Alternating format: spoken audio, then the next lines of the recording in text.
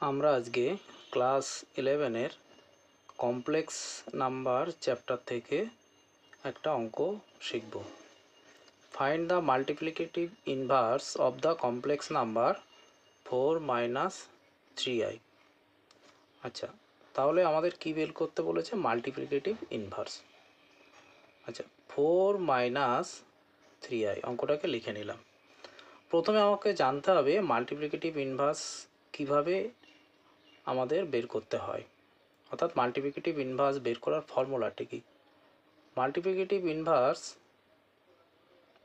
বের করার ফর্মুলাটা আমি লিখছি, তোমরা দেখো ঠিক করে। z⁻⁻1কে মাল্টিপ্লিকেটিভ ইনভার্স দিয়ে আমি যদি ডিনোট করি তাহলে ফর্মুলাটা হবে z bar divided by mod z তার হোল স্কোয়ার। আচ্ছা, এখানে z বার কি? z বার হচ্ছে কনজুগেট, আর মড জেডটা কি? Modulus of complex number, modulus আর কনজুগেট এই দুটো। এখন ব্যাপার হচ্ছে আমাদের আর একটু রিকাপে যেতে হবে যে কনজুগেট কি আর মডুলাস কি। আচ্ছা, কনজুগেট হচ্ছে যদি আমরা ধরি একটা কমপ্লেক্স নাম্বার আছে a প্লাস আইবি, এ হচ্ছে রিয়েল পার্ট আর বি হচ্ছে ইমাজিনারি পার্ট। ইমাজিনারি পার্ট কেন?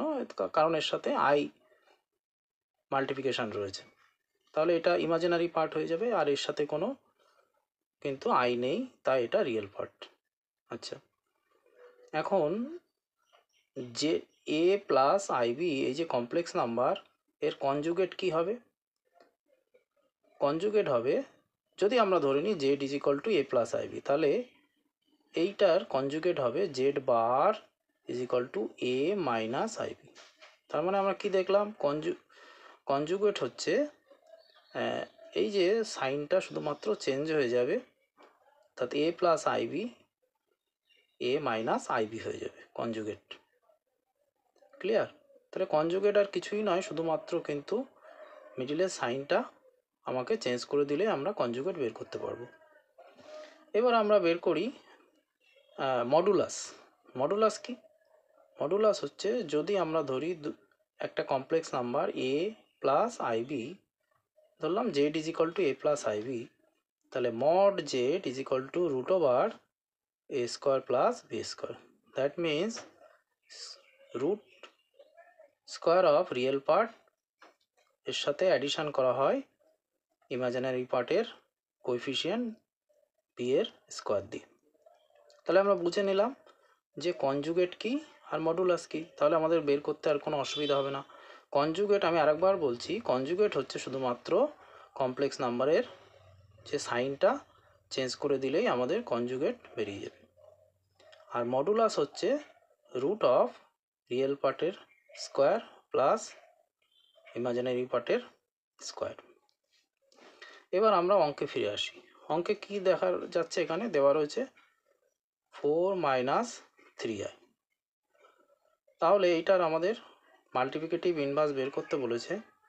তাহলে এখান থেকে আমরা ওই ফর্মুলায় যদি আমরা বসাই, তাহলে এখান থেকে আমাদের জেড বার কি হবে? এখান থেকে জেড বার হয়ে যাবে 4 + 3i, এই যে সাইনটা চেঞ্জ হয়ে গেল। আর মড জেড কি হবে? মড জেড কি হবে তাহলে? এখান থেকে মড জেড হবে রিয়েল পার্ট হচ্ছে 4 তার স্কোয়ার প্লাস ইমাজিনারি পার্টকে এখান থেকে যদি একটু করে নিই 4 + -3 ইন্টু আই, তার মানে ইমাজিনারি পার্ট হচ্ছে -3 এর হোল স্কোয়ার। এই তাহলে এটাকে করলে কত হয়? 16 + 3 × 3 = 9, 16 + 9। আচ্ছা, তার মানে এটা √25, তার মানে এটা হবে 5। আমাদের কি লাগবে বের করতে? এখানে √ এই মড জেডের স্কোয়ার বের করে নেব। যেহেতু, কেন মড জেডের স্কোয়ার বের করলাম? যেহেতু আমাদের ফর্মুলায় এই যে মড জেড স্কোয়ার, মড জেডের হোল স্কোয়ার লাগবে ভ্যালুটা, তাহলে মড জেডের হোল স্কোয়ার করলে কত হবে 5 এর স্কোয়ার ইজ ইকুয়াল টু 25। এবার আমরা তাহলে ফর্মুলায় বসিয়ে দিই। আমাদের মাল্টিপ্লিকেটিভ ইনভার্সের ফর্মুলা কী আছে, z inverse -1 is equal to আমাদের কী আছে formula, conjugate divided by mod z whole square. তাহলে আমাদের কনজুগেট কি আছে, কনজুগেট আমাদের বেরোলো কোনটা 4 + 3i, বসিয়ে দিলাম। মড জেড হোল স্কোয়ার কত আছে 25, এটাকে যদি আমরা ভেঙে দিই তাহলে কত হবে 4/25 + 3/25 ইন্টু i, মানে রিয়েল পার্ট আর ইমাজিনারি পার্টে আমরা ডিভিশন করে নিলাম, রিয়েল পার্ট অ্যান্ড ইমাজিনারি পার্টে আমরা ডিভিশন করে নিলাম। তাহলে তোমরা বুঝতে পারলে মাল্টিপ্লিকেটিভ ইনভার্স কীভাবে বের করতে হয়। মাল্টিপ্লিকেটিভ ইনভার্স বের করতে হলে আমাদের এই ফর্মুলাটা মনে রাখতে হবে, এবং কনজুগেট এবং মডুলাস বের করা কিন্তু জানতে হবে। কনজুগেট এবং মডুলাস বের করতে গেলে কিভাবে কি করতে হবে পুরোটাই কিন্তু ডিটেলসে এখানে আলোচনা করা হলো। এটা হচ্ছে কনজুগেট বের করা হলো, এইটা হচ্ছে মডুলাস বের করা হলো।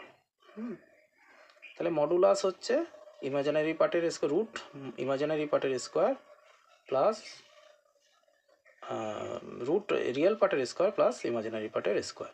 আর কনজুগেট কি, কনজুগেট হচ্ছে কমপ্লেক্স নাম্বারের মিডিলে সাইনটা চেঞ্জ করে দিলে কনজুগেট বেরিয়ে যায়। এটাই আমাদের অ্যান্সার।